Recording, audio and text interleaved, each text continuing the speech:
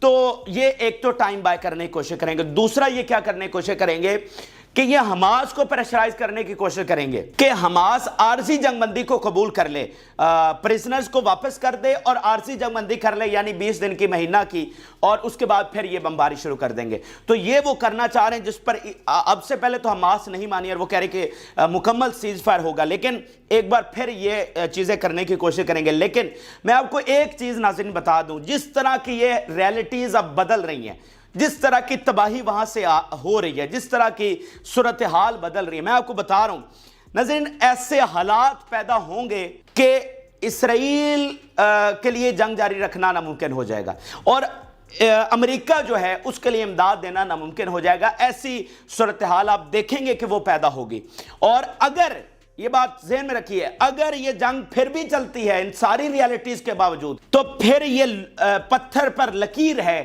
کہ یہ عالمی جنگ کے بغیر یہ جنگ نہیں چل سکتی۔ پھر وہ جنگ چلے گی تو پھر عالمی جنگ چلے گی، یہ چھوٹی موٹی جنگ پھر نہیں چلنے والی۔ یہ بات ذہن میں رکھیں، ایسا نہیں ہو سکتا کہ آپ لاکھوں وہاں پر شہید کر دیں اور آپ کہیں کہ یہ پھر وہیں محدود رہے گی یہ تباہی۔ ایسا پاسبل ہی نہیں ہے، ایسا کبھی تاریخ میں نہیں ہوا، اور یہ اصول ہی نہیں ہے، ٹھیک ہے، کہ آپ اتنی وہ تباہی وہاں پر کرتے رہے اور کہیں گے نہیں نہیں جنگ تو یہیں تک محدود رہے گی۔ ایسا پھر بھائی جان ہونے والا نہیں ہے۔ اچھا، اب یہاں پر حماس کی پوزیشن کیا ہے اور دنیا کی پوزیشن کیا ہے، رشیا اور چائنا کی پوزیشن کیا ہے؟ ایک تو ناظرین روس کے حوالے سے بڑی اہم چیزیں سامنے آئی ہیں، جو ماسکو میں میٹنگز ہوئی تھی ان کا کیا نتیجہ سامنے آیا ہے۔ یہ اب ذرا سٹیٹمنٹ دیکھیے، ایک سٹیٹمنٹ جاری کی گئی ہے، The Moscow meeting represents an opportunity to end the division on Palestinian arena۔ اب یہ بہت بڑی چیز ہے جو روس کروانے جا رہا ہے، اور شاید وہ کروا بھی چکا ہے، کہ تمام جو تنظیمیں ہیں، جو تمام فلسطینی لیڈرشپ ہے، اس کو اکٹھا کرنے جا رہا ہے، یونیفائیڈ کرنے جا رہا ہے۔ دیکھیں، باہر سے تو ہمیں نقصان ہوا ہی ہوا، ایکسپرٹ یہ سمجھتے ہیں کہ اصل نقصان ہمیں اندر سے ہوا۔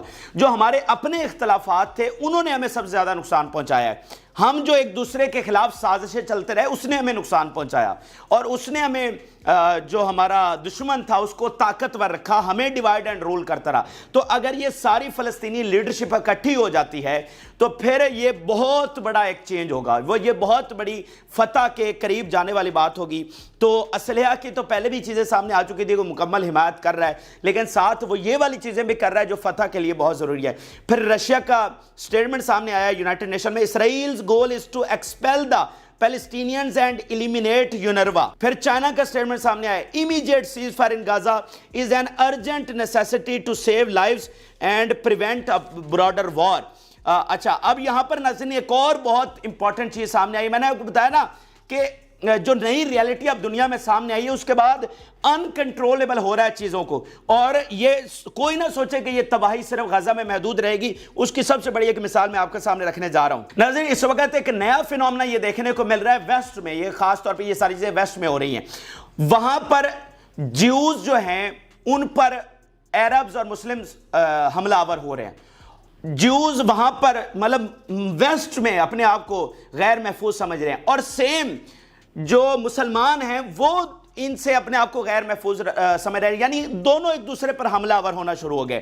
ایک بہت بڑا واقعہ جو اس وقت پوری دنیا میں زینت بنا ہوا ہے، جرمنی یہ پیش آیا ہے۔ ایک کلاس ہو رہی تھی جس میں اس کا ٹیچر عرب تھا، اور اس میں اسی طرح اسرائیل فلسطین مسئلے پر بات چیت چل رہی تھی، تو ایک وہاں پر جیو تھا اسٹوڈنٹ، اس نے کوئی فلسطین کے خلاف بات کی یا جو بھی بات کی، وہ جو عرب ٹیچر ہے اس نے اس کو بہت زیادہ مارا پیٹا، ٹھیک ہے، مطلب اس کی ناک کی ہڈی توڑ دی، وہ تصاویر بھی سامنے آئی ہیں، مطلب بہت زیادہ اس کو مارا پیٹا۔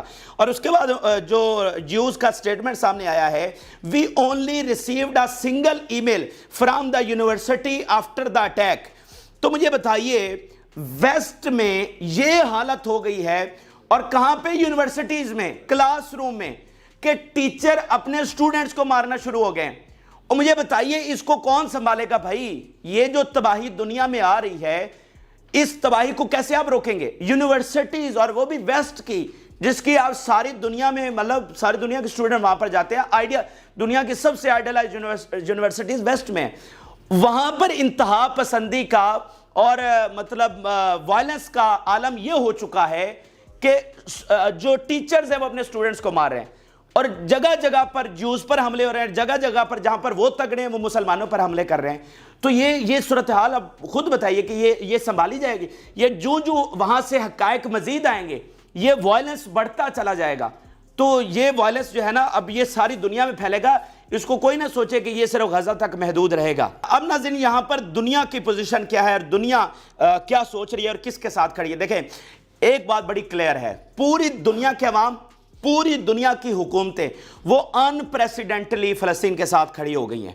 ایک تو اس وقت ساری دنیا سے, دنیا کے کونے کونے سے, ایون جو اسرائیل کے اتحادی تھے, تگڑے اتحادی تھے, وہ اسرائیل پر کھلے عام تنقید کر رہے ہیں, وہ اسرائیل کو ظالم کہہ رہے ہیں, وہ انٹرنیشنل فورمز پر جا کر ان کا میڈیا اسرائیل کے جو حقائق ہیں وہ اپنے عوام کے سامنے لے کر آ رہا ہے. جو یورپ کے عوام ہیں وہاں پر اب ایک بہت بڑی تحریک شروع ہو رہی ہے جس میں لاکھوں افراد شریک ہو رہے ہیں, ٹھیک ہے نا. وہاں پر سمجھ لیں اسرائیل مٹاؤ تحریک جو ہے وہ بہت تیز ہو چکی ہے. ادھر سے ایمبیسڈر نکالو مہم جو ہے وہ بہت تیز ہو چکی ہے.